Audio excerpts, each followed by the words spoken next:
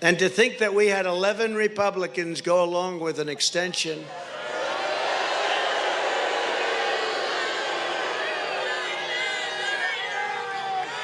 Headed up by Mitch McConnell. Can you believe that? Mitch McConnell. 11 Republicans. And you know what it does? It gives the Democrats more time, 2 months, gives them more time to figure it out. They can now have 2 more months to figure out how to screw us, okay? That's what they did. They approved it, and they should be ashamed of themselves. The radical Democrats will lower the final price tag to try to fool the public. They'll come in, oh, we don't want the 5, because it's really 5, it's not 3.5. Also, it's not an infrastructure bill. It's 9% infrastructure. The rest is a Green New Deal garbage that you might as well just throw it out, put it in the waste paper basket. But think of it, trillions and trillions and trillions of dollars, more than anybody's ever even conceived of, most of it for junk programs that will only hurt our country.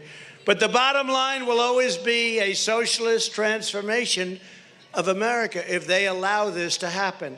So when they talk about the debt ceiling, we have a very powerful card there. We don't want to violate that, but that's more important than what they're going to do by passing this thing that's going to kill our nation. All Americans of common sense, Republican, Democrat, and Independent, must stand firm. And you have to really stand strong and firm against Biden, crazy Nancy Pelosi, she's a nut job, and the extreme power grab.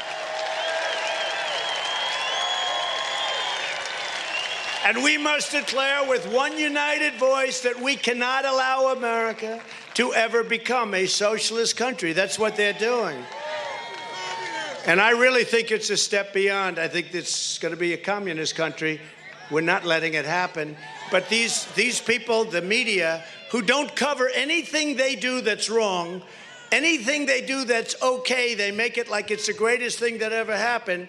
And anything we do that's right, they make it sound bad, evil, and corrupt. They are sick people, and they're really hurting our country. Practically every single Democrat lawmaker in the House and Senate has endorsed this deranged legislation. And that's why every single one of them has to be voted out of office next November. Next November. It's coming up quick. Time flies, right? Time flies.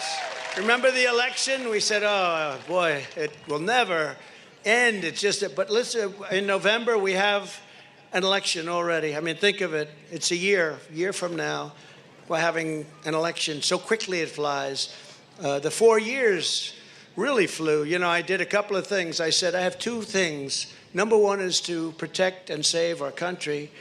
And the other thing was to survive against these maniacs. We must send the radical left a message they will never, ever forget. And we must do it by electing record numbers of America First Republicans. And we have a lot of great ones. We have so many great ones. The Democrats' multi-trillion-dollar spending spree is also going to trigger runaway inflation. And last month, we saw yet another dismal jobs report. Came out yesterday. Did you see those numbers? They were a disaster. In fact, even the radical left newscasters, oh, I think we're looking at 600,000 or 700,000. What do you think about? I think 700,000. I think it's 800,000. How about like really less than 200,000? They're saying like, whoa, this is bad. And 10 minutes later, well, it's not that bad, actually. It's pretty good.